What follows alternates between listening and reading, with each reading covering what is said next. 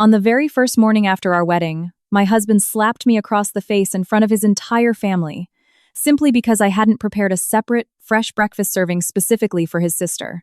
The sound of his palm striking my cheek was louder than the clattering of the plates on the table, but what hurt even more was that no one stood up to stop him. His mother sat perfectly straight, acting as if the scene unfolding before her was completely normal. His father kept his head down, continuing to eat his food as if nothing had happened. Meanwhile, his younger sister looked at me with cold, detached eyes, like she was watching a servant being rightfully punished. In that split second, I understood immediately. This house didn't want a daughter-in-law. They wanted a woman who would keep her head down, swallow her pain, and quietly live beneath their feet. But they were wrong. I placed my hands on the edge of the dining table and flipped the entire thing over in the blink of an eye. The sound of shattering plates and crashing glass echoed violently throughout the room. And that was the exact moment I decided I would no longer sacrifice my dignity for a family that disguised cruelty as a wife's duty. He used to be the kind of man who made me believe with all my heart that even if married life wasn't always a bed of roses, at least I wouldn't have to walk it alone. Throughout the 2 years we dated, Preston never missed a single detail. He remembered that I hated cilantro, that strong perfumes gave me a headache, and that I couldn't stand being in loud environments for too long. On the nights I worked late at the pharmacy, he would drive over and wait quietly in his car under the street lamp outside. He'd leave the AC running at the perfect temperature, place a cold bottle of water on the passenger seat, and flash me a gentle smile, making me feel like there was nothing to fear in this world as long as he was there. That was why, on our wedding day, amidst the golden lights of a luxury hotel overlooking the Chicago River, I kept trying to comfort myself. I told myself that the certain coldness radiating from his family was just old-fashioned strictness, not an evil omen of the marriage that was just beginning. The reception ballroom that evening was flawless. Strands of white jasmine and purple orchids were meticulously arranged into elegant centerpieces on every round table. The faint scent of the floral arrangements mixed with the aroma of high-end catering, making everything feel soft, peaceful, and auspicious, exactly the kind of American dream wedding families wish for their children. Yet, amidst all that beauty, my mother-in-law's gaze was the only thing that made me feel like I was standing in a room where the oxygen was slowly being drained away. Eleanor sat with perfect posture on a cream-colored velvet chair, a measured, polite smile painted on her lips. Her jewelry wasn't overly flashy, but every piece was expensive enough to announce her status without her having to utter a single word. She barely looked at me, even though I was the bride. She only looked at her son, watching his every move, observing everyone who came to greet him, assessing with her eyes whether I was truly worthy of standing beside him.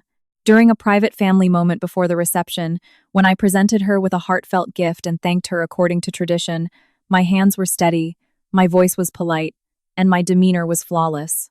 I was raised in a family that taught me good manners. I knew exactly how to conduct myself on such an important day.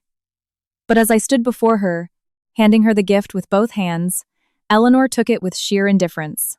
Without even looking me in the eye, she said in a flat voice, "A woman who comes into this family needs to know the word endurance much more than the word love, honey." Her words made a few older relatives nearby chuckle softly, as if it were just an endearing piece of advice from an elder at a joyous occasion. I forced a smile and nodded politely, but deep in my chest I felt a heavy, ice-cold weight sink into my heart. There was zero warmth in her tone. It wasn't a warning from someone who wished me well. It was a silent declaration that I was stepping into a house that already had its unbreakable rules. And those rules were not created to protect me. Not long after that, as guests began mingling, taking photos, and offering congratulations, I started noticing small details that outsiders might have missed. Every time someone complimented me on my appearance, or told Eleanor how lucky Preston was to have such a sweet wife, she would smile demurely and follow up with something like, "Well, they have to take care of each other. My son works incredibly hard. If he has someone who knows her duties at home, things will be peaceful." Or she would say, "Women these days are great at their careers. Sure, but taking care of the home is always more important." On the surface, it sounded like the typical traditional values of an older generation. But when it was repeated time and time again, surrounded by relatives nodding in agreement, I started to realize I wasn't being looked at as a new daughter-in-law. I was being placed into a specific slot, a position that required me to be submissive, patient, unquestioning, and, most importantly, acutely aware that I was beneath them. I glanced at Preston multiple times, hoping he would pick up on the vibe. But every time, he just patted my hand gently under the table or leaned in and whispered, "Don't overthink it. Mom's like this with everyone." He said it with that same gentle smile that always used to calm me down. Yet, on that day, I began to wonder for the first time, is it enough for someone to be gentle with you in private if, in front of his family, he allows you to be pushed down inch by inch without ever truly standing by your side? As the reception wound down and most of the guests left, leaving only close relatives, the bridal suite grew quiet. I changed out of my heavy wedding gown into a simple ivory dress, taking off some of the jewelry so I could finally breathe. As I was buttoning my cuffs, the door swung open. Eleanor walked in, trailing a faint, expensive perfume and carrying the unwavering posture of someone who had never been told no. She stopped right in front of me, making no move to sit, and immediately said, "Tomorrow morning, 6:00 a.m. sharp. Be at the Oak Park house." I looked up at her in confusion. She continued in the same tone that left no room for refusal. "On the first day after the wedding, the new wife must enter the kitchen and cook breakfast for the elders of the house. This is our family tradition. Since you are now a woman of this family, you should start things off right." I froze for a moment, not because I didn't know what to say, but because it suddenly became crystal clear that everything that happened today wasn't a coincidence. It wasn't just strictness. It was a systematic laying of the groundwork to force me into the role they had designed for me from the start. I hadn't even been married for a full 24 hours, and I was already being summoned to prove whether I was fit to be a servant in their home. "Yes, ma'am. I'll be there on time," I replied flatly. She gave a curt nod, as if this was merely what was expected of me, then turned and walked out of the room without another word. During the drive to our new luxury condo in River North, the lights from the skyscrapers reflected off the car windows in long, blurry streaks. I sat in silence, watching the city roll by meaninglessly, before asking softly, "Does your mom talk to everyone like that?" Preston kept driving for a moment, then let out a soft laugh. "Mom is just a very direct person, but she's actually really sweet. She just places a lot of importance on family order. And you? Do you agree with your mom?" He went quiet for a second before reaching over to grab the back of my hand. "I just want everything to go smoothly. Just go along with her for the first day. Once this passes, everything will be fine." His answer sounded like comfort, but at the same time, it felt like a gentle shove, pushing me into something I wasn't entirely sure I could call a family.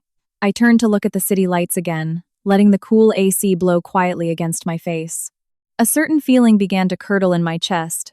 It wasn't full-blown fear, but it certainly wasn't the joy a bride should feel on her wedding night. It was the intuition of a woman who was starting to smell something rotting beneath a beautiful rug. When we pulled into the new condo, which my father had paid the entire down payment for, I looked at the towering building. It was beautiful, peaceful, and supposed to be the warm beginning of our married life. But standing in the middle of our new bedroom that night, I felt like I was stepping into a story where I wasn't the wife, but merely another variable in someone else's tightly regulated life. Preston wrapped his arm lightly around my shoulders and said softly, "Tomorrow morning will be a little tiring, but once we get through it, it'll be nothing." I didn't answer right away.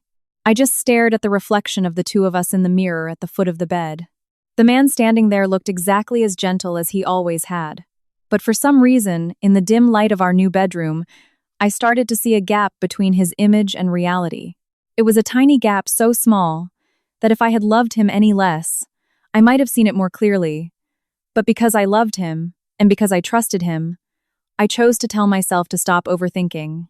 That night, I set my alarm for 5:00 a.m. I laid out a simple, modest outfit to wear to my in-laws' house and went to sleep with a restless heart. In the darkness, my mother-in-law's words kept looping in my head. "A woman who comes into this family needs to know the word endurance much more than the word love." At that moment, I had no idea that the very next morning, I would learn firsthand that some families don't use the word endurance to teach people how to live together. They use it as the first chain to bind a woman who foolishly walked into their cage, armed with nothing but a heart full of love. At 5:45 a.m., I drove out of the condo into the pre-dawn darkness. The early morning streets of Chicago possessed a strange kind of silence. It wasn't a gentle peace, but a heavy quiet, as if the entire city was holding its breath before waking up again. I turned on some soft music for a few minutes, but quickly shut it off. I didn't know what to listen to on a morning when my heart felt so heavy. The orange glow from the street lamps passed rhythmically over the windshield, a constant reminder that I was driving towards something I didn't want to face, purely out of a sense of obligation. I arrived at the house in Oak Park just a few minutes before 6:00 a.m. It was an aging two-story colonial. Its original cream paint had faded to a dull, almost gray hue. The wrought iron gate was stained with patches of rust, and the potted plants on the porch looked as though they had been placed there purely out of obligation. The soil inside was dry and cracked, untouched by water for God knows how long. I parked the car and sat motionless behind the steering wheel for a moment, staring at the house. It wasn't scary like a haunted house, but it carried a suffocating atmosphere. It looked like a place where someone had spent their entire life suppressing their own voice to the lowest possible volume, until the house itself had absorbed that misery into its walls. I stepped out of the car, took a deep breath, and walked up to ring the doorbell. The door opened almost instantly, as if someone had been standing right behind it waiting. Preston stood there in dark, casual clothes. His hair was unstyled, his face freshly washed. The faint smell of his shaving cream drifted out along with the cool air from inside the house. He gave me a thin smile and stepped aside to let me in. "You're early." "Good," he said, sounding like he was praising me, but the end of his sentence was so flat I couldn't tell if it was meant to be warm or if he was just reading a script. I neatly placed my shoes by the door and followed him inside. The living room had only one lamp turned on. The pale white light fell onto an old leather sofa and a coffee table covered in multiple overlapping water rings from old mugs. Eleanor was sitting right in the middle of the sofa, fully dressed in a neat blouse and slacks, looking as though she had been ready for hours. She held a TV remote, but her eyes weren't on the screen. They snapped directly to me the second I stepped into the room. "So, you're here," she said, her voice devoid of relief or welcome. She was merely acknowledging that I had arrived exactly as ordered. "Good morning, Eleanor," I said respectfully. She accepted the greeting with a microscopic nod before turning to change the channel at a leisurely pace. "The kitchen is in the back. The large skillet is in the bottom cabinet. There are eggs and bacon in the fridge. The potatoes are in the pantry bin. Figure out the rest of the ingredients yourself.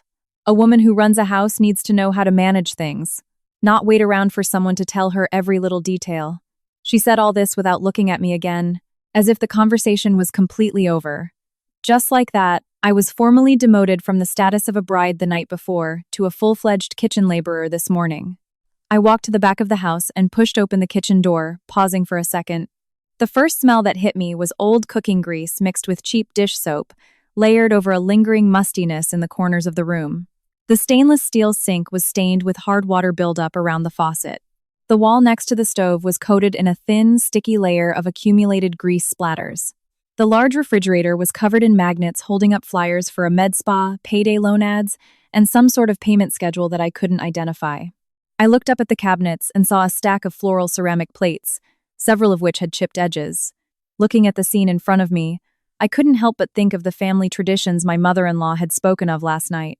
A house that constantly preached about rules and the duties of a woman couldn't even be bothered to maintain the very space they used to judge a woman's worth. I opened the fridge to see what I had to work with. A half-wilted bundle of spinach, a few decent tomatoes, a carton of eggs, a package of bacon tossed haphazardly onto a shelf, and some leftover steak from a previous night wrapped in plastic. I stood still for only a few seconds before my brain kicked into gear, organizing a plan. I could make a spinach and tomato quiche, crispy bacon, herb-roasted potatoes, and maybe a range of fresh fruit platter. Working in a pharmacy for years had trained me to manage whatever was put in front of me quickly and accurately, no matter how unpleasant the situation. I always trusted the steadiness of my hands and my own focus. I washed the produce, prepped the potatoes, cracked the eggs, and chopped the vegetables. Everything flowed in a steady, rhythmic pace. The sound of the knife hitting the cutting board echoed clearly in the quiet kitchen, feeling like the only honest sound in this entire house. My hands kept working, but my heart was slowly picking up on something clearer by the minute. From the second I walked into this house, no one had asked if I was tired. No one asked if the drive was exhausting or if I had eaten anything yet. There wasn't even an offer of a glass of water or a simple thank you for the trouble. The only thing they cared about was whether I would perform my duties adequately. Sometimes we don't realize the massive truth of a situation through huge events. Sometimes it reveals itself in the microscopic details, like the fact that no one cares to ask how you're doing on your very first morning as a new family member, yet everyone is entirely prepared to judge whether you are useful to them. Around 6:20 a.m., I arranged all the food onto the square wooden dining table in the small adjacent dining room. A beautiful, steaming quiche sat in the center. The roasted potatoes and bacon were plated neatly, and a side of fresh fruit was arranged in a separate bowl. I hadn't made anything excessively extravagant, but it was clean, hot, and more than enough for everyone. As I stepped back to look at the table, a brief thought flashed through my mind. If coming here this morning was truly just a tradition, at the very least, what I've done should prove that I respect this family enough. But that hope didn't last long. My father-in-law, Richard, walked out first.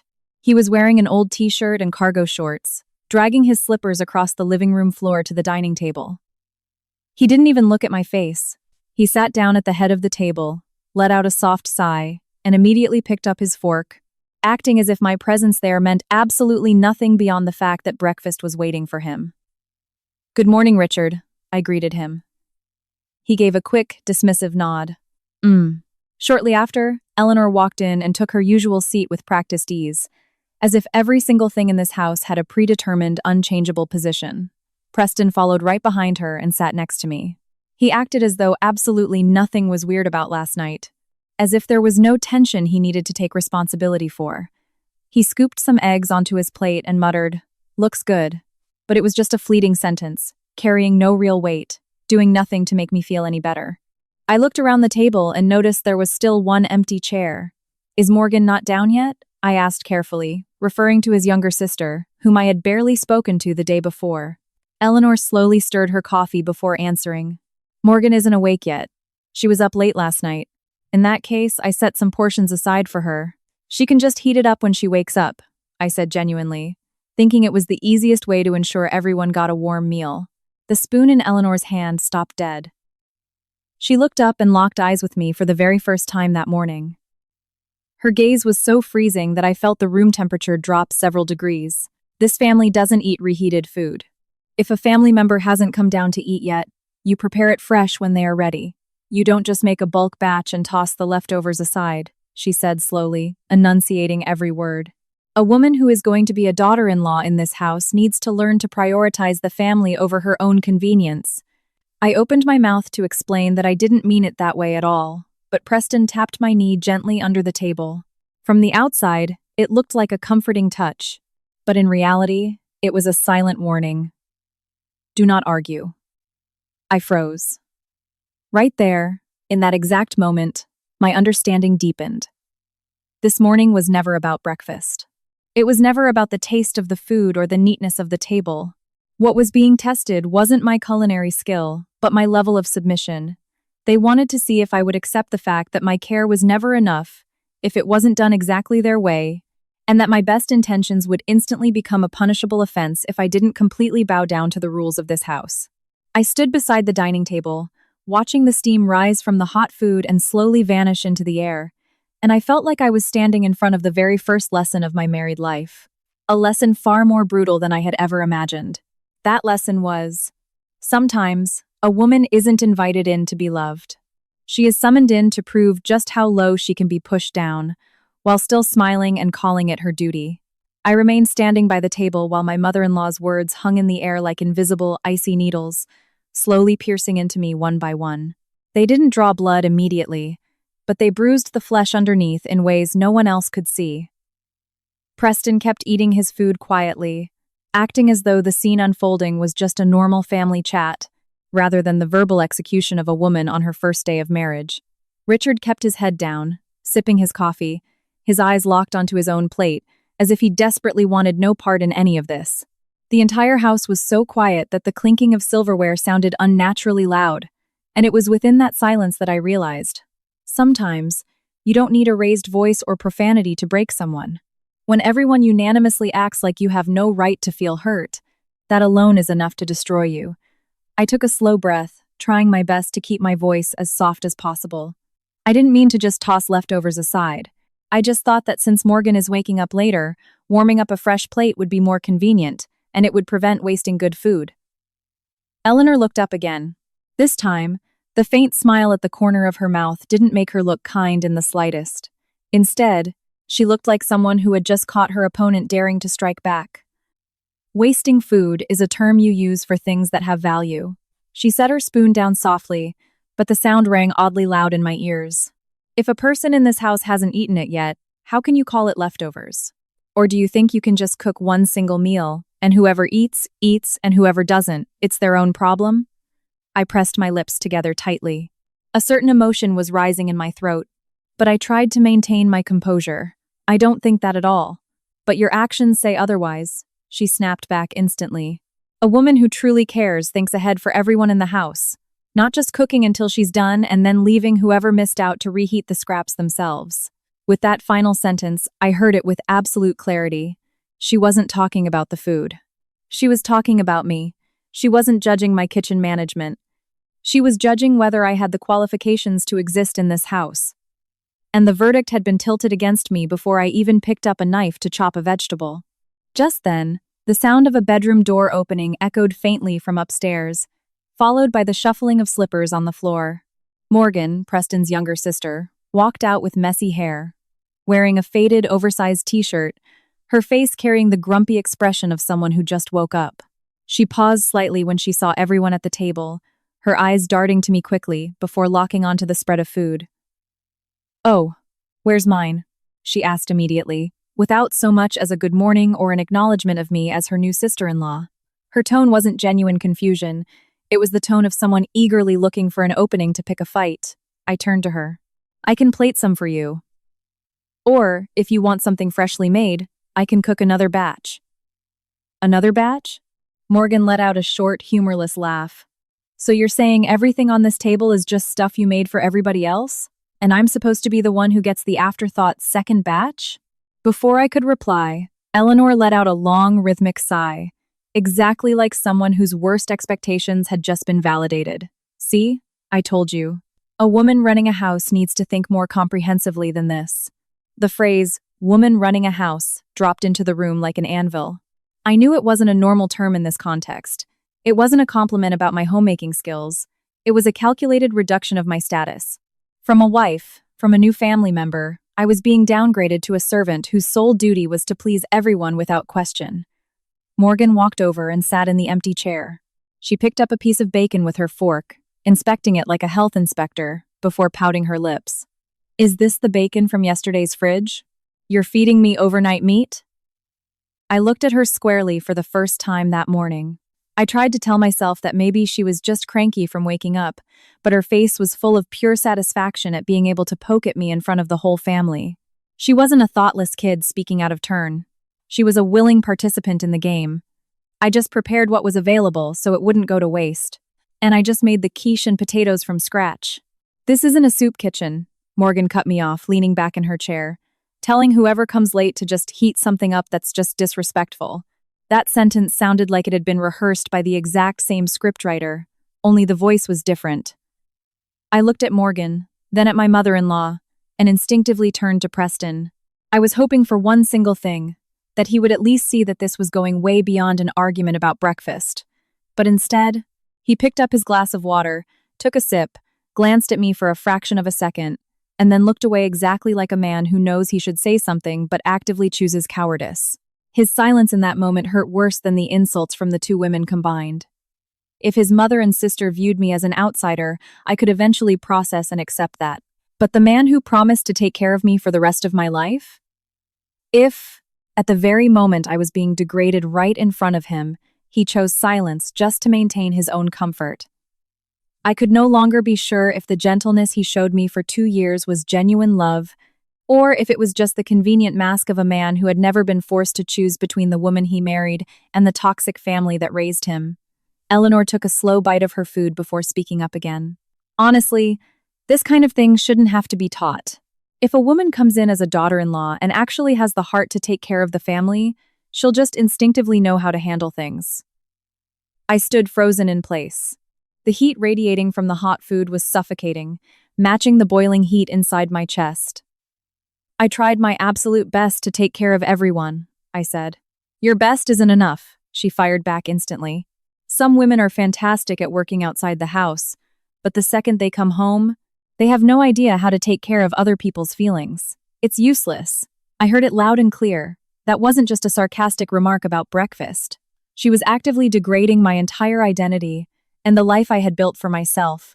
She was telling me that no matter how well educated I was, how successful my career was, how well I took care of myself, or how much my family financially contributed to our living situation, it meant absolutely nothing if I refused to shrink myself to fit the mold she demanded. Perhaps this was the true core of power in certain toxic households. It wasn't just about making the other person work harder. It was about making them feel that no matter how hard they tried, they would never be enough.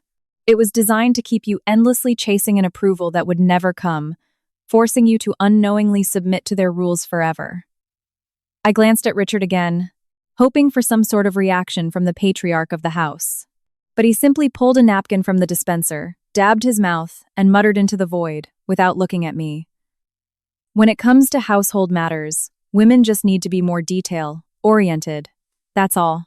A short sentence that sounded like generic boomer advice, but it acted like a light switch being flipped on in a dark room, making the whole picture terrifyingly clear. This house didn't just have one villain wielding power, and it wasn't just Morgan playing mean girl games. It was an entire structural system built on a single shared belief. The new woman who enters must prove herself. She must endure. She must be disciplined. She must never argue. And above all, she must accept that her exhaustion, her feelings, and her dignity hold less value than the satisfaction of the people in this house. I slowly clenched my hands into fists until my nails dug into my palms. Yet, on the other side of my heart, a strange, freezing calmness settled in. It was the kind of coldness that washes over you when you see a truth so glaringly obvious that you can no longer lie to yourself. I looked at the dining table and flashed back to the reception hall yesterday. The luxury, the perfection, the smiles of the guests, the flowers, the lighting, everything was so beautiful that I almost believed I was starting a wonderful new life. But this morning, I finally saw what was hiding under that pristine tablecloth. There was a constant nitpicking labeled as order. There was subjugation labeled as teaching. There was the husband's cowardice labeled as keeping the peace. And there was the infliction of paralyzing pain elegantly rebranded as a wife's duty. Morgan stabbed a piece of potato with her fork and dropped it loudly onto her plate before speaking to her mother, all while staring directly at me. I told you, didn't I? Women these days dress nice and have great jobs, but when it comes to the house, they're practically useless. Eleanor nodded slowly. It comes down to how they were raised in their own homes. That sentence slashed into me like a razor blade. It wasn't just insulting me anymore. She was attacking my parents. The family that had raised me with respect, that had taught me to honor others without ever having to trample on myself to do so. I snapped my head up and locked eyes directly with Eleanor. For the first time, I didn't look away. Eleanor, I might not know every single tradition of this house, but I didn't come here with bad intentions. And I certainly didn't intend to disrespect anyone. The entire room went dead silent. Even the faint hum of the refrigerator in the background suddenly sounded deafening. Eleanor set her coffee mug down. This time, there was no trace of a smile. Are you talking back to me right now? Preston moved instantly. He turned to me, his face tight. Maya, stop it. I looked at him. A foolish part of me still hoped he would say, Mom, that was too harsh, or Maya didn't do anything that wrong. But those words never came. He only looked at me with eyes that demanded I shut up, submit, and swallow everything just like I had always done. Right then, I felt like I was being backed against the edge of a cliff. The patience I had desperately tried to maintain since last night was backed into a corner with zero space left. The reality was manifesting in high definition. This place wasn't waiting for me to become family. They were waiting for me to become a person stripped of her right to even explain herself. And when an entire household is ready to call oppression rules, one day, they will be just as ready to call violence deserved. Maya, Preston snapped. Enough. His words weren't loud, but they sliced deeper than all the sarcastic comments before them. Because those words told me definitively that in this house, he didn't view me as a wife he needed to protect. He viewed me as the entity that needed to be silenced so everyone else could be comfortable. I stared at him, unmoving. I waited for a fraction of a second. I waited to see if he would say more. Would he explain things for me? Would he tell his mother that I woke up before the sun, drove across the city, and cooked for the whole house without eating a single bite myself? Would he point out that I wasn't being rude, just offering a logical solution? But all he did was give me a tense glare that commanded me to stop speaking. It was as if the most important thing in the world wasn't what was right, but ensuring his mother was never displeased. Sometimes, a woman doesn't lose faith in her marriage because she gets hit.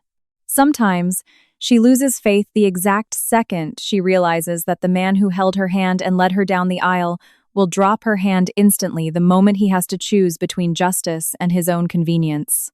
Eleanor leaned back slowly in her chair, her voice colder and flatter than before. When a newcomer enters someone else's house, and the elders give a warning, she should listen. Not rush to explain how pure her intentions are. Whether someone is good or bad isn't measured by what they say. It's measured by whether they make the people around them uncomfortable. I heard it clearly. She was twisting the entire narrative to make me the cause of their discomfort.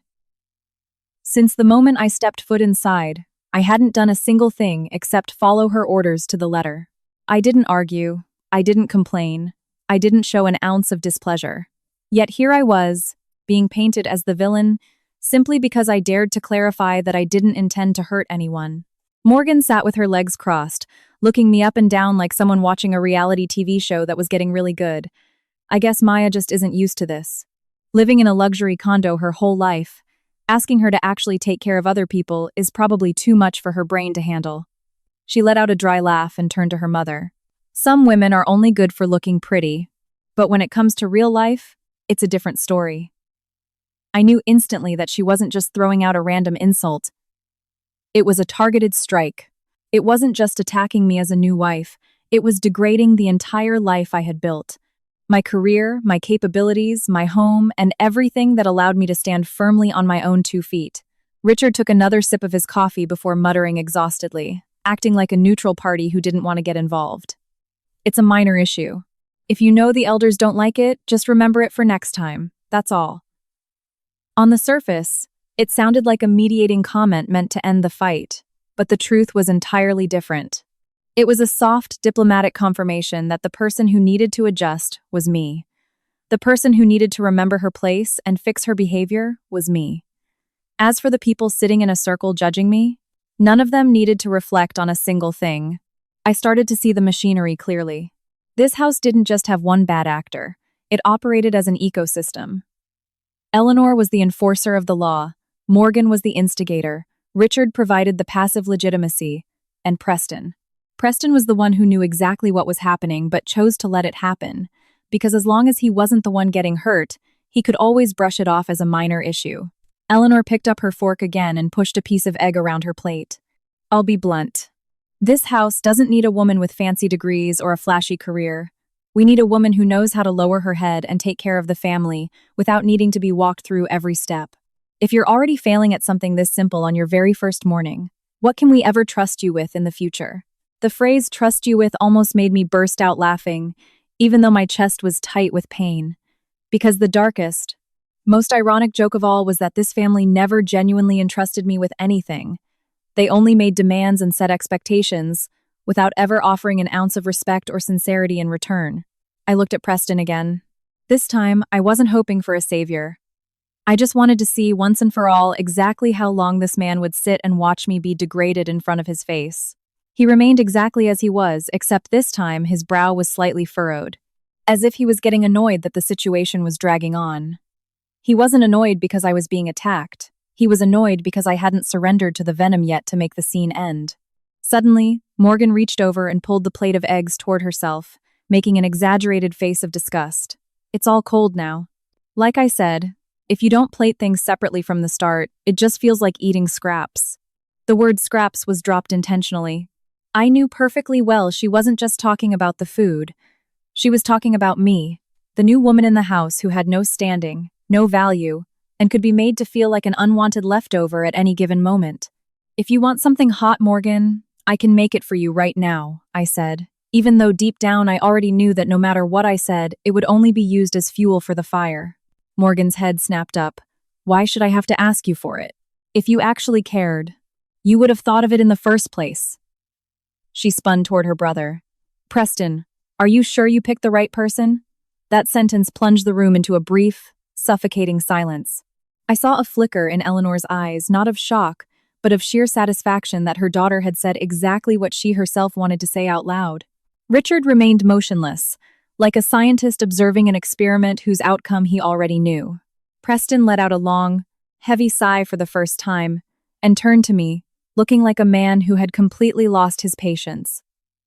Maya, why do you have to blow such a small thing out of proportion? I almost thought I misheard him. Such a small thing? 4 people were actively cornering me before 7:00 a.m. Insults were being hurled at me layer by layer. My dignity was being chipped away right in front of the husband I had married yesterday. And all he saw was a small thing? I've done everything I possibly could, I replied, my voice steadier than I expected. If you still call what's happening right here a small thing, then I genuinely don't know what constitutes a big thing to you. Eleanor slammed her fork down onto the table. The sound was violently loud, not just because she hit the table hard, but because the facade of polite endurance in this house was finally being ripped away. Is that the tone you use with your husband? I looked at her. I'm not trying to be disrespectful. I'm just speaking the truth. The truth? She let out a cold, guttural laugh. A woman who just married into this family yesterday manages to ruin everyone's appetite on the first morning, and you still think you're speaking the truth? Do you know that a woman with actual brains doesn't cause her husband this much distress?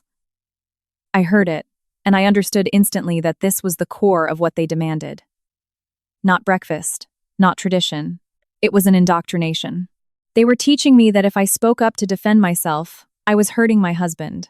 If I refused to let them walk all over me, I was a bad wife. And if I felt hurt by their actions, it meant I was weak, classless, and unfit for this house. This is exactly how certain forms of domestic power operate. They don't just oppress you. They train you to feel guilty for refusing to be oppressed. I slowly straightened my posture. I didn't act aggressive. I didn't raise my voice. But inside my chest, something turned freezing cold, solidifying into a sheet of steel. I don't think speaking respectfully and explaining myself should cause anyone distress. If this family can't even handle that, then the problem isn't the breakfast. Morgan slammed her fork down instantly. Mom, look at her. She talks back to every single thing. Richard clicked his tongue loudly, sounding utterly irritated. If you try to talk to them nicely and they don't understand, it's a lost cause. But the person who sent a chill through my entire body wasn't either of them. Preston slowly stood up, pushing his chair back so hard the wooden legs screeched against the floor. He turned to look at me, and his eyes were completely foreign to me. They weren't the eyes of the gentleman who used to wait for me outside the pharmacy. They weren't the eyes of a lover asking if I was tired.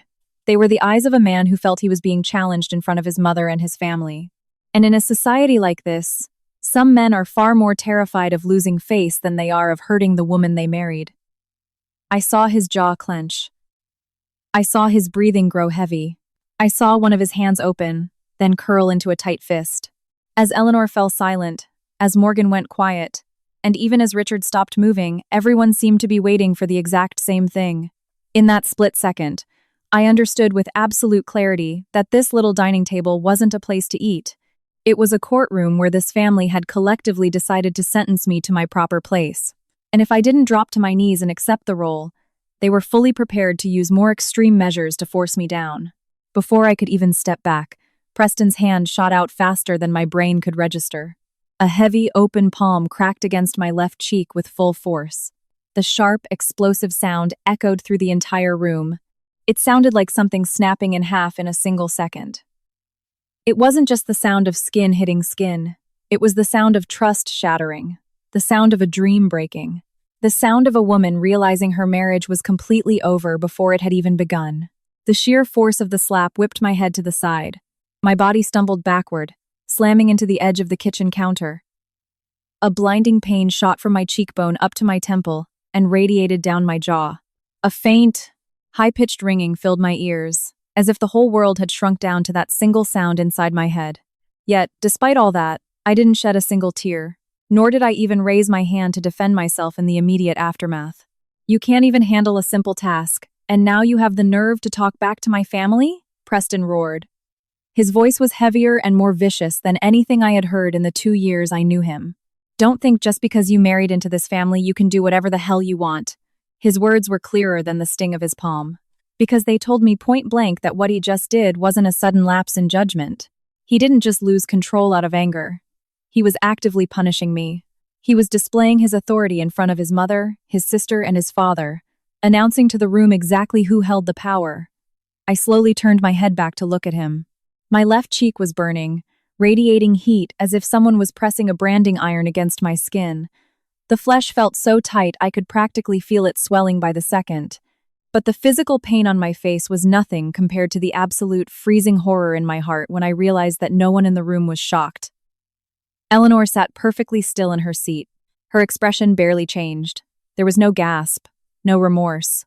Just the stillness of someone who witnessed the assault and genuinely didn't believe a line had been crossed. She simply lifted her coffee mug and took a slow sip, indirectly confirming that this was exactly what happened when a woman in this house forgot her place. Morgan stood frozen for a moment, her eyes slightly widened, but the shock didn't last. It was quickly replaced by a poorly concealed mix of thrill and satisfaction. She didn't stop her brother. She didn't say he went too far. She didn't even step forward to see if I was okay. She just watched, as if she were witnessing a rightful penalty she believed I fully deserved. And Richard, who had acted like a bystander this whole time, smoothly continued his role as the invisible man. He didn't stand up. He didn't speak. He didn't reprimand his own son. He simply lowered his eyes to the floor, as if to say that pretending not to look meant he carried no blame. This is the most brutal reality of domestic violence. It rarely happens in a vacuum.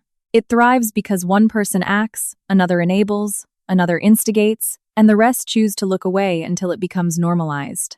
I slowly raised my hand and touched my left cheek. My fingertips trembled slightly against the hot, swollen skin. The feeling in my head was incredibly strange. It wasn't completely blank. In fact, it was unnaturally clear. So clear that all the memories of the past 2 years flashed before me simultaneously. Preston's gentle smiles, the nights he waited for me after work, the water bottles he opened for me, the tiny details he used to remember flawlessly. All those images started peeling away, like old paint stripped by acid, revealing the ugly truth underneath. The man standing over me right now, breathing heavily, had never truly been the gentle person I thought he was. Or, more accurately, his gentleness was real, but it was never strong enough to stand by me when it came time to choose. What was stronger in him was his need to win, his fear of losing face, and his lifelong habit of expecting women to submit to him. When it was just the two of us, he could afford to be the good guy. But the moment the eyes of his family were on him, he instantly chose to be a man who used violence to maintain his dominance. I stared at him without breaking eye contact, and that seemed to enrage him even more. Because what he was waiting for wasn't a dead-eyed stare. He was waiting for me to cry. He was waiting for me to apologize, to beg his mother for forgiveness and say, "I was wrong." "What are you looking at?" he snarled. "You mess up and you still don't even realize you're wrong?" I didn't answer. Eleanor placed her mug back down on the table and spoke in an even colder, flatter voice. "Maya, sometimes we women need to learn that when we are in someone else's house, there are boundaries to what we say and do. Don't think your arrogance will work everywhere." The phrase "someone else's house" stabbed into me with lethal precision. Just yesterday, they were accepting my gifts and calling me a daughter-in-law.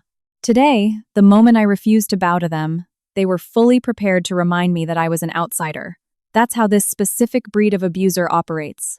They invoke the word family when they want to extract something from you, but they use the word outsider the second you demand your dignity back. I lowered my hand from my cheek. I looked at the 3 women and the father, one by one, before my eyes finally landed on Preston again. There was no love left in my heart. In that moment, there was only a truth as clear and sharp as broken glass. I understood that if I surrendered this morning, I knew exactly what the rest of my life would look like. Today, he slapped me because I defended myself. Tomorrow, he might shove me because I came home from work late.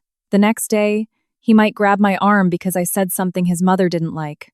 And every single time, this family would find beautiful words to justify it. They'd call it discipline. They'd call it establishing order. They'd call it just the way men are. They'd call it tough love. But they would never, ever call it by its true name, abuse. Some lessons in life don't hurt because they are unexpected. They hurt because, deep down, we saw the red flags long before the crash. We just chose to forgive. We chose to overlook. We chose to believe what we wanted to believe. I had seen how his mother controlled everything. I had seen how he never dared to contradict her. I had seen how several of their remarks never truly respected me.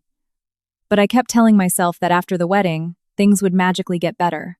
So many women fall into this trap. We aren't stupid, we're just hopeful. We aren't blind. We just believe that love will change people. Until one day, reality slaps us across the face before we finally accept it. I slowly pushed myself off the counter and stood up straight. Even though my cheek was throbbing, my pulse pounding beneath the skin, my spine was straighter than it had ever been in my life. It's strange how physical pain didn't make me weaker. It triggered something inside me to harden instantly, like molten liquid suddenly flash, freezing into solid ice. Preston was still glaring at me. His eyes held both fury and expectation. He was waiting for me to yield, waiting for me to play the role the women in this family's folklore always played.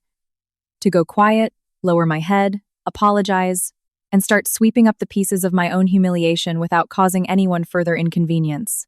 But suddenly, I felt like I didn't want to say a single word. Because a man who believes slapping his wife in front of his family is a valid teaching method doesn't want an explanation. A woman who sips her coffee after watching her son commit assault doesn't want logic. A sister who watches with smug satisfaction doesn't want to understand. And a husband who uses violence to put me in my place will never listen to the truth coming out of my mouth anyway. So why waste my breath?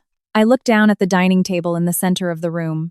The quiche was still steaming faintly, the bacon I just fried, the potatoes I carefully seasoned for their palates. Everything was still sitting there, neat, clean, and warm, exactly how a Sunday brunch should look.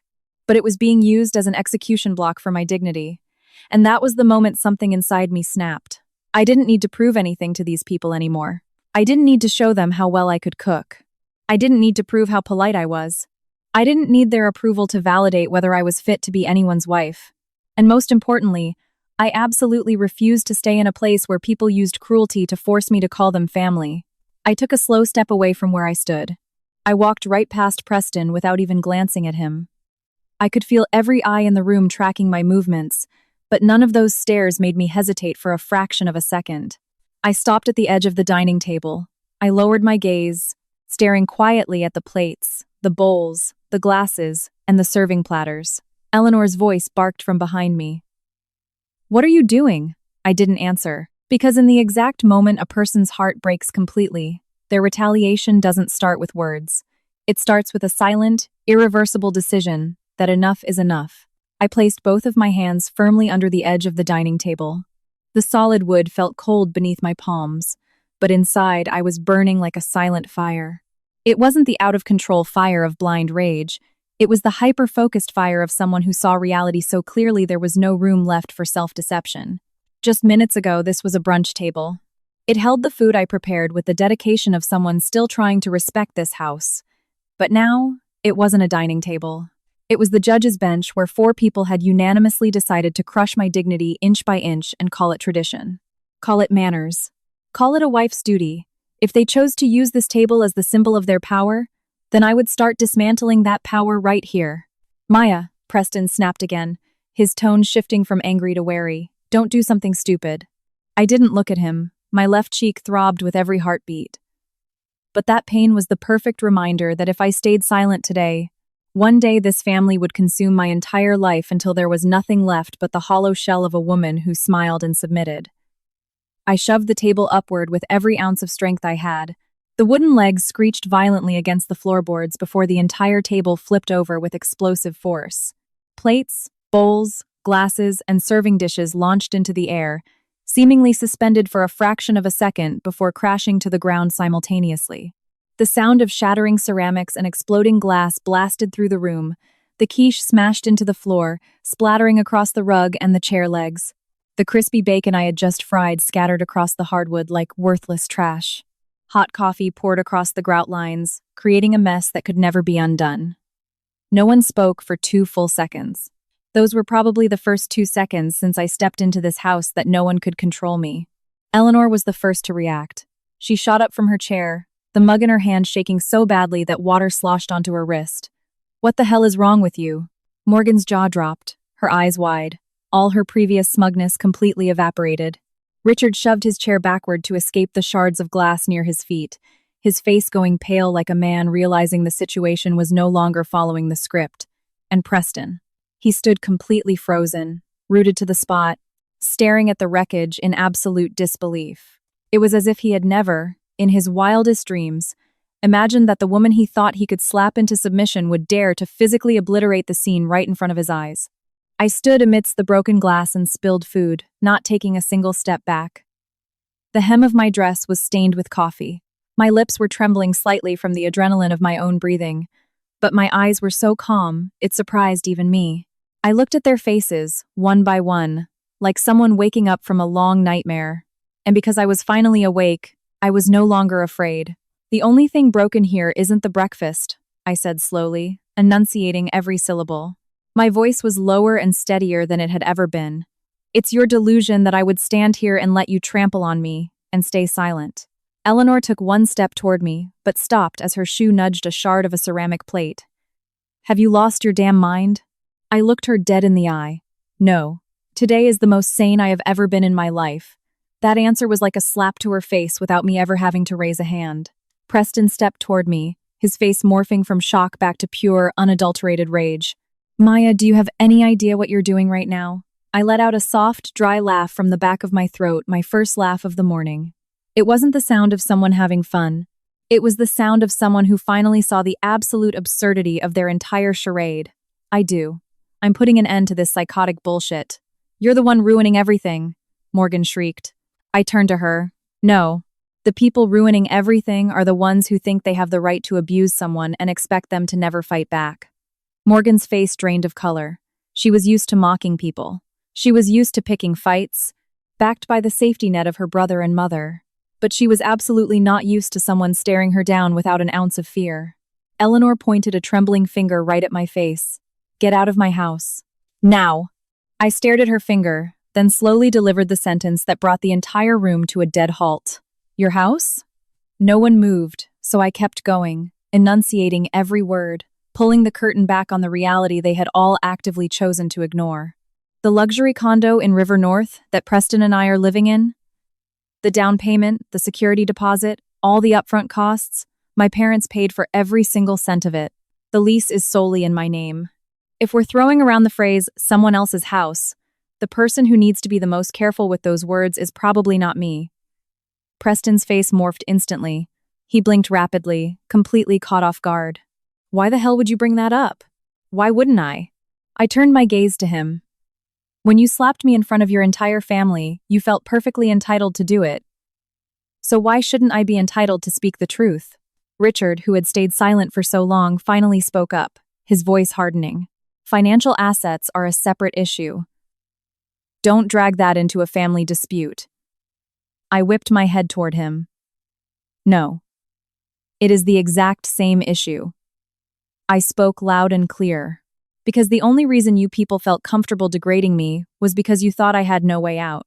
You thought that because I married in, I would have to endure, submit, and survive no matter how you treated me.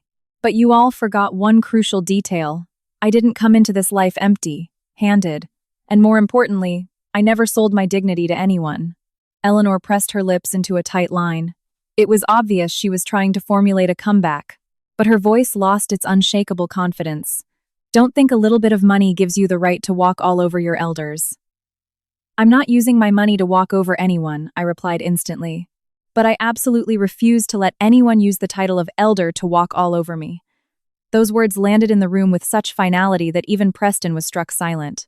I carefully stepped around the broken dishes and bent down to pick up my purse from the corner of the room. Every pair of eyes followed my movements warily.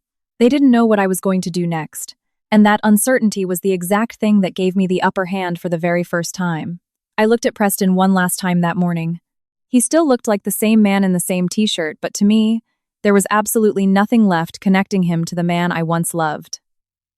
Listen to me carefully, I said slowly. You slapped me once today, but you made the rest of my life crystal clear. I see exactly what I would have to endure if I stayed. I see how many more times I would be hurt, and how many times your family would find beautiful words to justify it. He clenched his jaw, his fists trembling. Maya, don't blow this out of proportion. I looked at him blankly. It was already out of proportion the second you raised your hand. Then I turned to Eleanor.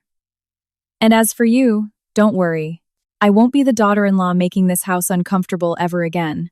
Good, Morgan shot back instantly. Nobody is begging you to stay. I looked at her for a fraction of a second. Save your energy. You're going to need it for much more important things very soon. She stopped dead, looking like she wanted to argue but couldn't figure out what to say.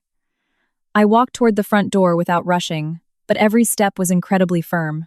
Even though my cheek was still throbbing, even though my chest hurt so much I could barely draw a full breath, something inside my heart felt lighter with every step. It felt like a heavy chain was snapping off me, link by link. Behind me, Eleanor started raising her voice, shouting after me. Preston shifted his weight as if he was going to follow. But when I opened the door and glanced back one last time, everyone had frozen in place. I wasn't looking at them like a defeated victim running away anymore. I looked at them like four people who had just destroyed their only chance of ever earning my respect. After today, do not ever touch my life again, I said, my final sentence. Prepare to deal with the consequences of what you've done. I slammed the heavy door shut with all my strength. The sound echoed down the quiet suburban street, and for the first time since before dawn, I felt like I could finally take a deep breath. Even though the morning air in Chicago was growing humid and harsh, it was infinitely better than the air inside a house where people called cruelty normal. Sometimes, walking away from a place without looking back doesn't mean you've lost. It means you've finally stopped allowing other people to determine your worth. What do you think? After she walked out of that house, should her first move be to cry, disappear quietly, or begin a calculated retaliation? Let me know in the comments what you think her next step should be. I walked down the steps of the Oak Park house without glancing back a single time. The morning sun was starting to beat down on the city, but my left cheek felt degrees hotter than the sunlight. The stinging tension under my skin pulsed in time with my heartbeat. Every step I took felt like a sharp blade scraping against my bones. Yet, strangely enough, I didn't shed a single tear. It wasn't because I wasn't in pain, but because the pain I felt that morning had bypassed the threshold of crying entirely. When a person watches the reality of their own life collapse right in front of them, the tears don't always fall right away. Instead, they go perfectly still. A terrifying stillness, like an ocean so deep you can't see the bottom. And the stiller the surface, the more it means whatever is underneath is changing shape permanently. I opened the car door, got behind the steering wheel, and rested my hands quietly on my lap. I didn't start the engine yet. The street outside was waking up. A neighbor was walking a dog in the distance.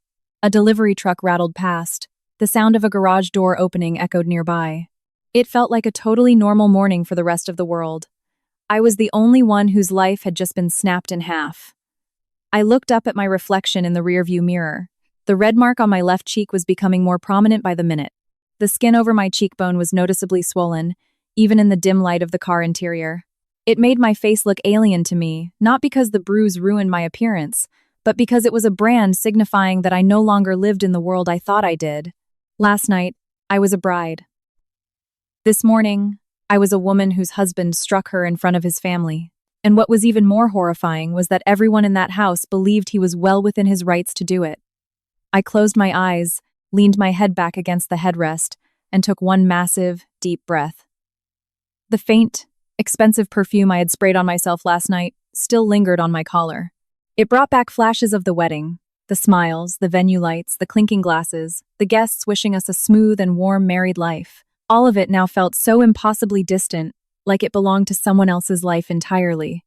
Society loves to teach women that once you're married, you have to endure. You have to adapt. You have to respect the elders. You have to learn to stay quiet and keep the peace because every family has its problems. But no one ever tells us where the line is between adapting and being destroyed. No one tells us that one day, the word endurance might be used as the first rope to quietly strangle us. No one tells us that if we forgive the first insult, it paves the road for the first physical blow. And if we stay quiet after that first blow, our entire lives might be beaten down until there is nothing left to call our own. I opened my eyes. This time, the thoughts in my head were chillingly clear, as if someone had flipped the switch on hope and turned on survival instead. I picked up my phone. My thumb instantly scrolled to the first name on my favorites list, Dad. My finger hovered over his name for 1 second. Not because I was hesitating to call, but because I knew that the moment I pressed call, I would no longer be the woman trying to salvage her marriage. I would become someone who fully admitted to herself that this required action, not endurance. I pressed call. The phone didn't even ring 3 times before he picked up. Maya? My dad's voice still held a trace of morning grogginess, but it was solid enough to make my heart, which had been frozen solid, tremble slightly. I stared straight ahead, watching the sunlight slice across the windshield. Dad. That was all I managed to say before I stopped. Not because I wanted to cry, but because I was searching for the right words to describe a reality this ugly. The line went dead silent for a fraction of a second before my dad asked, his tone shifting instantly, "What happened?" I didn't give him a long, drawn-out story. I didn't start with the breakfast. I didn't start with the mother-in-law's insults. I didn't mention the tension from the night before. I simply stated the only sentence that mattered. He slapped me. There was no gasp, no panicked questions, no useless attempts to calm me down. There was only a heavy, 3-second silence on the other end of the line. And that silence told me my dad understood the gravity of the situation immediately. "Where are you right now?" he asked. "In my car." I just left his parents' house. My dad's voice was completely steady, almost glacial. "Do not go back to the condo right now. Drive to the nearest emergency room or urgent care. Have a doctor examine you. Get a medical certificate. Take photos of everything. Document it all. Then send me your location." "Okay." I closed my eyes briefly. The tightness in my chest loosened just a fraction. Not because the situation was magically better, but because, finally, I was hearing words that weren't trying to trick me into enduring. He wasn't trying to mediate. He didn't tell me to calm down or to talk it out with the family. My dad didn't treat what happened as a man's momentary lapse in judgment. He treated it exactly as it needed to be treated, as criminal violence. "Yes," I replied. "Maya," my dad said my name once more before hanging up. "Do not be alone with him for another second." That was all it took for me to realize that a person's true home isn't the house they marry into. A true home is the place where people listen to you without ever questioning if you deserve to be abused. I hung up the phone and started the engine. My hands were still shaking slightly on the steering wheel, but my mind was sharpening by the minute. I pulled out of the suburban streets and merged onto the highway. The 7:30 a.m. morning rush in Chicago was coming alive. Traffic backed up at the major intersections, horns honking in the distance. Life all around me was moving forward normally. But inside this car, I was transitioning from a victim of abuse to a woman methodically gathering the evidence to take her life back. While stopped at a red light, I looked at my face in the mirror again. A razor-sharp thought crossed my mind. If I went back to him today, saying, "Let's talk things out," if I let his mother tell me family matters stay in the family, if I let this bruise heal without any documentation, one day, I might be the first person to doubt if it ever really happened. And that is exactly how so many victims are slowly silenced. I refused to become one of them. When I arrived at Northwestern Memorial Hospital in downtown Chicago, I parked and stepped out, even though my legs still felt a phantom tremor. The ER lobby was freezing. The sterile smell of antiseptic and filtered air made me feel like I had stepped into an entirely different universe, a universe built on systems and protocols, where no one could use the word tradition to camouflage brutality. The triage nurse at the front desk looked up, and her eyes immediately locked onto my left cheek. "You need to see an ER doctor?" she asked softly. I nodded, "Yes, and I need a medical report for assault." She looked at me again. This time, her professional gaze softened with quiet, undeniable understanding. "Of course, right this way." Sitting in the exam room, I finally realized my hands had been clenched into fists the entire time. My fingernails had left deep crescent moons in my palms. I slowly relaxed my fingers and stared at the marks. The human body is incredibly resilient. It tries to hold itself together, even when something inside has just been violently ripped apart. The doctor was a woman in her late 40s. She had me sit under the bright white examination lights and asked, in a calm, direct, and professional tone, "Were you struck by an object, or was this a physical blow?" I answered her with the utmost clarity I could muster that morning. "I was slapped by my husband." Speaking that sentence out loud to a stranger solidified the reality even further. It wasn't something in my head. It wasn't a minor issue. It wasn't a lover's spat. It was a man using physical force against his wife. The doctor examined the injury, gently pressing the area around my cheekbone. I winced slightly. A sharp pain shot straight up to the corner of my eye. She took several photographs from different angles, gave me an ice pack, and informed me that she would generate a comprehensive medical report detailing the blunt force trauma, which I could use as legal evidence. Keep all of this in a safe place, she told me. I nodded. I will. When I walked out of the exam room, I gripped the crisp white envelope tightly. It wasn't thick. It didn't weigh much. But to me, in that moment, it held more weight than the vows I took last night. Because this was the first piece of tangible, undeniable reality, a reality that he and his family had no power to twist. I stood in the hospital corridor, watching people rush by, and suddenly felt a bizarre sense of peace. It wasn't the peace of someone whose pain was gone. It was the peace of someone who had finally stopped hoping for something impossible. I didn't love Preston anymore. In that single moment, I didn't care if he felt guilty. I didn't want to hear his apologies. I didn't want to see his mother fake cry. And I absolutely did not want to negotiate terms to stay in that toxic dynamic. I wanted exactly one thing: my life back. I pulled out my phone and opened the email the doctor had sent with the medical photos. The images were stark, showing the red, swollen bruising from every angle. I stared at them for a moment, silently reminding myself, this is evidence, not a source of shame. Too many women are taught to hide their bruises because they fear the stigma of a failed marriage. But true failure isn't admitting you were abused. True failure is allowing someone to abuse you and calling it something you just have to endure. I sent the hospital's address to my dad, forwarded the files to him, and typed a single, definitive sentence. I'm ready. Ready to never look back. Ready to stop protecting the guilty. Ready to ensure no one ever used love as a cage to trap me again. And now that I had the first piece of evidence in my hand, the next step wasn't to go somewhere and cry. It was to systematically sever every single tie binding me to that family with surgical precision, leaving no avenue for them to ever trample on me again. I walked out of the hospital, clutching the envelope to my chest. The throbbing in my cheek hadn't faded, but internally, I was a completely different person. The love, the desire to please, the urge to protect his family's reputation, the desperate hope that if we just talk, things will go back to normal. All of those instincts had been left behind on the floor of that Oak Park house the moment Preston's hand connected with my face. I wasn't driving back with the heart of a wife. I was driving back with the cold logic of a woman executing a retrieval mission. Mid-morning traffic was brutal. Cars crawled toward the loop, engines humming, horns blaring. But inside my car, my mind was running through a checklist with terrifying clarity. Change the condo passcode. Secure essential documents. Transfer all joint funds back to my private accounts. Cancel his supplementary credit cards. Call a lawyer. People often assume that after being assaulted, a woman should focus on crying and processing the trauma first. But in the real world, if you waste too much time crying, your abuser uses that time to prepare. They cover their tracks, spin the narrative, and lock down the very assets that tie you to them. I was not going to let that happen. When I reached my luxury high-rise in River North, I parked in my assigned spot and took the elevator up. As the mirrored doors reflected my face, the bruising on my left cheek looked darker than before. My eyes were noticeably colder.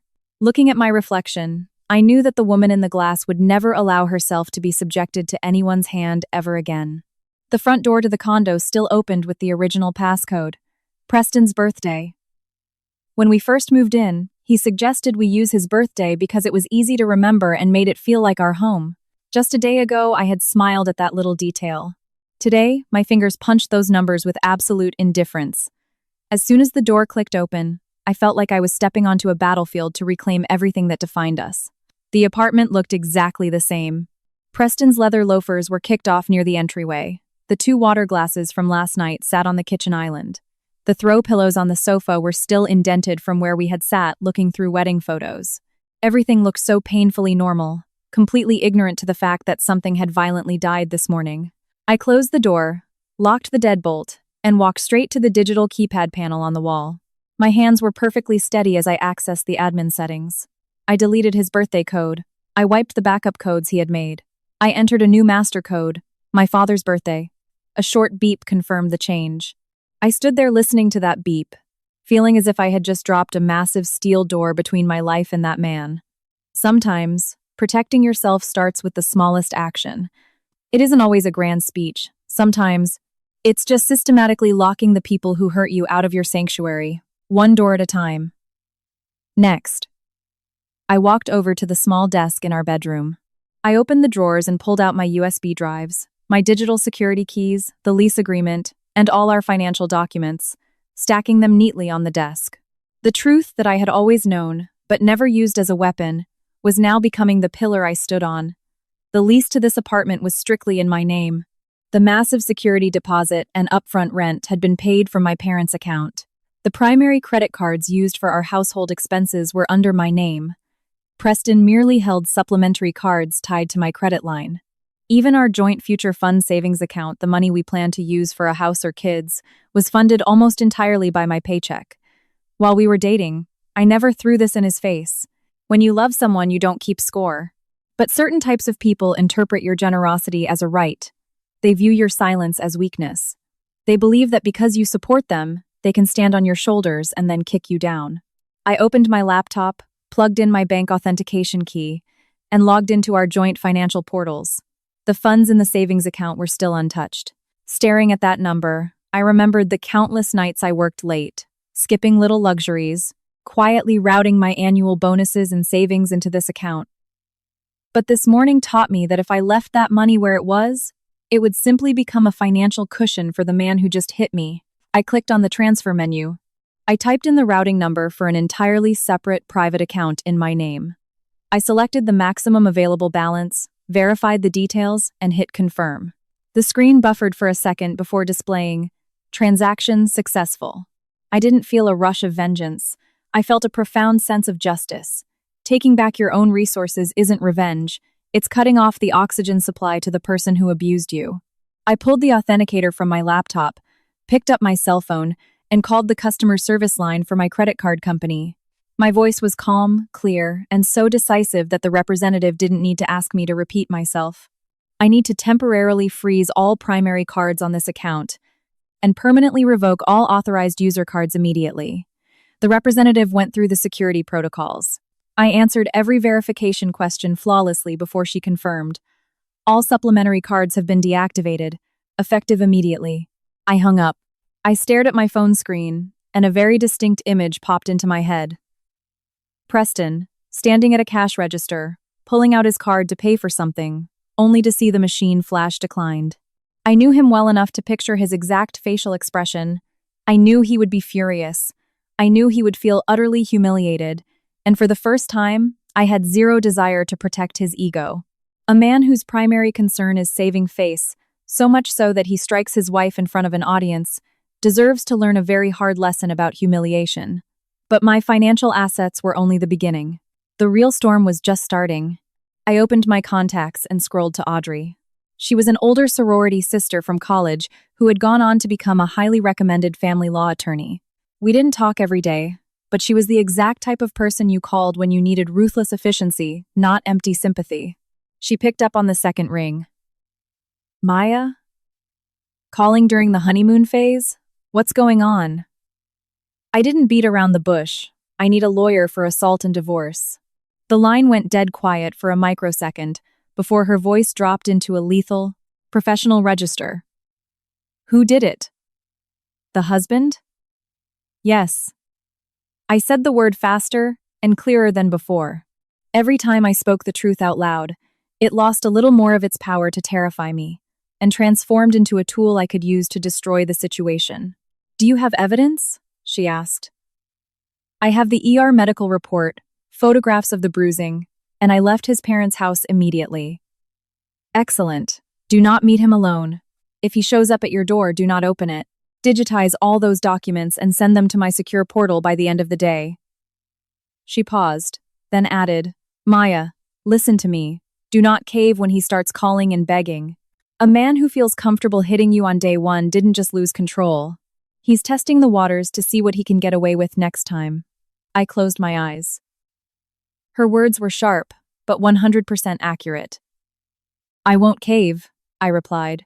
After hanging up, I organized the hard copies, the medical report, the lease, the bank transfer receipts into a neat folder.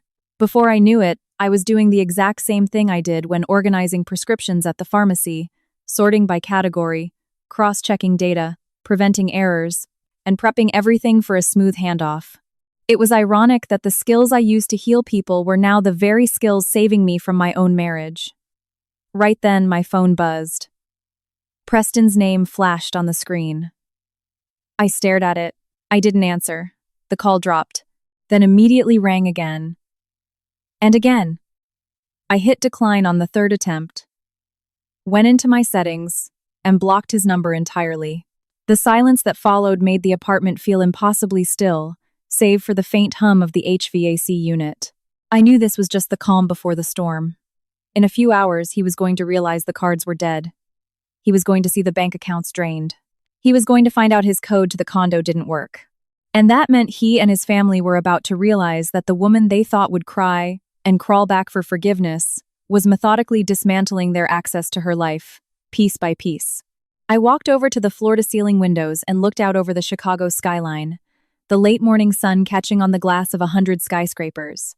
Somewhere out there in this city, there were probably thousands of women telling themselves to endure, even when they knew deep down it wasn't love, it was slow, agonizing destruction. I only hoped that if my story meant anything, it would serve as this lesson. Do not wait for someone else to validate that your wounds are worth protecting. Do not wait for your abuser to feel remorse before you defend yourself. And never, ever believe that taking back what belongs to you makes you the bad guy. Sometimes, the greatest act of mercy you can perform in your life isn't forgiving the person who hurt you. It's making absolutely sure they can never do it to you again. I turned back to look at the folder on my desk and my silent phone. A massive hurricane was about to make landfall. But it wasn't going to wreck my life, it was going to wreck Preston's. It was time for the man who was so used to stepping on others to realize he had just lost his money, his home, and his control. He was about to show his true colors more vividly than ever before. By 7:00 p.m., I was sitting on the sofa in a dimly lit living room. I hadn't turned on the overhead lights, relying only on a corner floor lamp. In my lap was an iPad linked to the doorbell camera in the hallway. The apartment was surreal in its quietness, almost as if it wasn't the same place where two people had sat flipping through wedding proofs just 24 hours ago. But the silence here wasn't like the silence in Oak Park. That silence was designed to crush you. This silence was designed to protect. The iPad screen flickered to life, displaying a crisp, high-definition feed of the hallway. Preston was standing outside the door. He was still in his work clothes. His tie was undone, his sleeves rolled up to the elbows. His face looked tighter, more rigid than I had ever seen it. He stood in front of the keypad with the casual expectation of a man who still believed he had an inherent right to enter this space. He raised his hand and punched in his code quickly. His birthday. The code he had used effortlessly, expecting the lock to disengage. A short, sharp beep rang out. Invalid code. He froze for a second, his brow furrowing. He punched the numbers in again, slower this time, clearly thinking he had just miskeyed it. Invalid code. I watched the screen without moving a muscle. My breathing didn't hitch. I didn't feel the rush of vindictive triumph I thought I might. Instead, a wave of cool clinical detachment washed over me. This was just reality taking its natural course. Preston dropped his hand from the keypad. He looked left and right down the empty corridor, as if hoping the door would magically swing open on its own. Then, he grabbed the handle and yanked it hard, twice. The heavy door didn't budge an inch. I remembered exactly how confident he looked when he slapped me. He was so sure of himself. Sure that I would submit. Sure that I couldn't fight back. Sure that the social conditioning telling women to be a good wife would drag me back to him. But looking at him now, that arrogant certainty was completely gone. In its place stood a man slowly realizing that he might not own a single damn thing in this life. He pulled out his phone and dialed. I watched his name light up on the screen of my phone. I watched it calmly, then hit decline and tossed the phone aside. 3 seconds later, he called again. Declined. On the third try, I didn't even let it ring. I powered the device down completely and turned my attention back to the iPad. Outside, Preston took a step back. His face was dark with frustration. Suddenly, he raised his fist and slammed it into the heavy door. The thud reverberated into the apartment, but I didn't even flinch. In the past, I might have panicked. I would have rushed to open it, terrified he was angry. Terrified the neighbors would hear, terrified of the stigma of a wife locking her husband out. But now, I understood that that specific kind of fear is exactly what keeps women trapped. We are trained to take responsibility for the image of the marriage, for keeping the peace, and for hiding the abuser's shame, to the point where protecting ourselves feels like an act of selfishness. I wasn't playing by those rules anymore. He pounded on the door again, harder this time.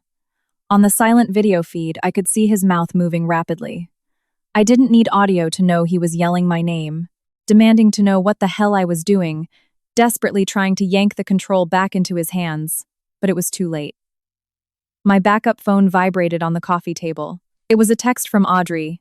If he shows up, do not open the door. Do not engage. Screen grab everything. I typed back a quick reply. He's here. I'm not opening it. I took 3 screenshots from the live feed. One of him trying the keypad. One of him hitting the door. One of his face morphing from irritation into genuine panic. After a few minutes, he backed away from the door and paced down to the end of the hallway to make a phone call. His shoulders were stiff, his posture tense. He looked exactly like a man who was connecting a series of catastrophic dots. It wasn't hard to guess what he had discovered. His supplementary cards were dead. The joint savings were gone. His calls were blocked. The apartment was secured. He was finally understanding that I wasn't throwing a tantrum, I was surgically excising him from my life. A moment later, my backup phone rang again. It was an unknown number, but when I picked it up, Eleanor's voice pierced through the speaker without so much as a hello. Maya, what the hell do you think you're doing? I almost laughed. A woman who had spent the entire morning using her family to subjugate me now viewed my self-defense as a game. I'm not playing games, Eleanor, I said evenly. I'm managing my life. Managing your life, she shrieked. You are his wife. That apartment is my son's home. What right do you have to change the locks? I glanced at the folder on my desk. The right of the sole leaseholder who pays the rent. The line went dead quiet. That silence was golden. It was the sound of a woman realizing that the technicalities she had conveniently ignored were now wrapped around her own neck. Even if your name is on the lease. You married my son, she snapped, though her voice had lost its ironclad authority. Couples fight, Maya. It's perfectly normal. Why are you destroying your life over something so trivial? Over this? Over this? People like her use those words to dismiss everything. A minor insult is just this. A slap is just this. Enduring abuse is just this. Until eventually, a woman's entire existence is sliced into pieces and swept under the rug of just this. If it was just this, Eleanor, I replied cleanly, you wouldn't be calling me. Silence again. But this time it stretched longer. When people who rely on intimidation realize you want absolutely nothing from them, their power evaporates. Maya, her tone suddenly shifted, attempting to soften, trying to sound reasonable. If the breakfast thing this morning was too much, we can sit down and talk about it like adults. You didn't have to go this far. Preston is under a lot of stress at work. You should try to be a little more understanding. I sat on my sofa, feeling utterly numb to her manipulation. It was the classic abuser's playbook. Minimize the violence, attribute it to external stress, and immediately shift the burden of understanding back onto the victim. I understand perfectly, Eleanor, I said. That's exactly why I will never step foot near him, or you, ever again. I hung up and immediately blocked the number. I wasn't going to give her a single inch of space to rewrite the narrative. As the screen went dark, the apartment settled back into its profound quiet. I poured myself a glass of water, took a slow sip, and watched the lights of the Chicago high-rises flickering in the night. I knew that on the other side of this door, a meltdown was happening. Eleanor was probably screaming. Morgan was probably throwing a fit over her canceled credit card privileges. Richard was probably looking grim but doing absolutely nothing. And Preston was standing in a luxury high-rise hallway, feeling the ground vanish beneath his feet. What they had lost wasn't just access to a condo or a bank account. They had lost the delusion that I would ever be their victim again. Around 8:00 p.m., a text message pinged from an unknown burner number. Maya, we need to talk. No apology. No. Are you okay? No. Does your face hurt? Just a demand that we talk, as if talking was the magic wand he could wave to drag me back into his orbit. I didn't reply. A second text followed immediately. Don't make this more complicated than it needs to be. I actually smiled. A faint, genuine smile. Because the man who had violently complicated my life to the point where I needed an ER visit was now terrified of things getting complicated for him. I placed the phone face down on the coffee table and leaned back into the sofa. My left cheek was still stiff, sore, and heavy. But that pain was no longer the only thing left. I was starting to see the tangible results of my choices. The man who used his fists was now locked out in the cold. The woman who issued commands was reduced to negotiating over the phone. The family that stood on a pedestal was collapsing the second I pulled my resources out from under them. The brutal truth is this. People who oppress you are rarely as strong as they pretend to be. Most of the time, they are simply standing on your resources, your patience, your silence, and your fear of walking away. The moment you snatch those things back, they cannot even stand on their own 2 feet. I reached over, picked up the Northwestern Memorial Hospital envelope, and traced my finger over the seal. Tonight was not the night my life fell apart. Tonight was the night the family that tried to break me began to crumble under the weight of their own arrogance. That night, I sat alone in a silence that had never felt so comforting. No heavy sighs from a judgmental mother-in-law, no glaring eyes picking apart my every move, no demands disguised as duties. Just the sound of my own breathing, the hum of the AC, and a heart that, despite being broken, finally belonged entirely to me again. I raised my hand and lightly touched the bruise on my cheek. It hurt, yes, but it was no longer a badge of shame. It was a reminder that on the exact same day I was abused, I chose to end the cycle with my own 2 hands. I finally understood that a true home isn't a place where you have to shrink yourself until you lose your voice. It isn't a place where you trade your dignity for the title of family. And it certainly isn't a place where silence is used to protect the guilty. A true home is a place where you never have to be terrified of speaking the truth. That night, I didn't win against anyone. I just won myself back. And for a woman, that might just be the greatest victory of all. If you were in my shoes after surviving a night like this, would you quietly move on and start fresh? Or would you make sure the people who hurt you faced every legal consequence possible? Let me know what you would do in the comments below.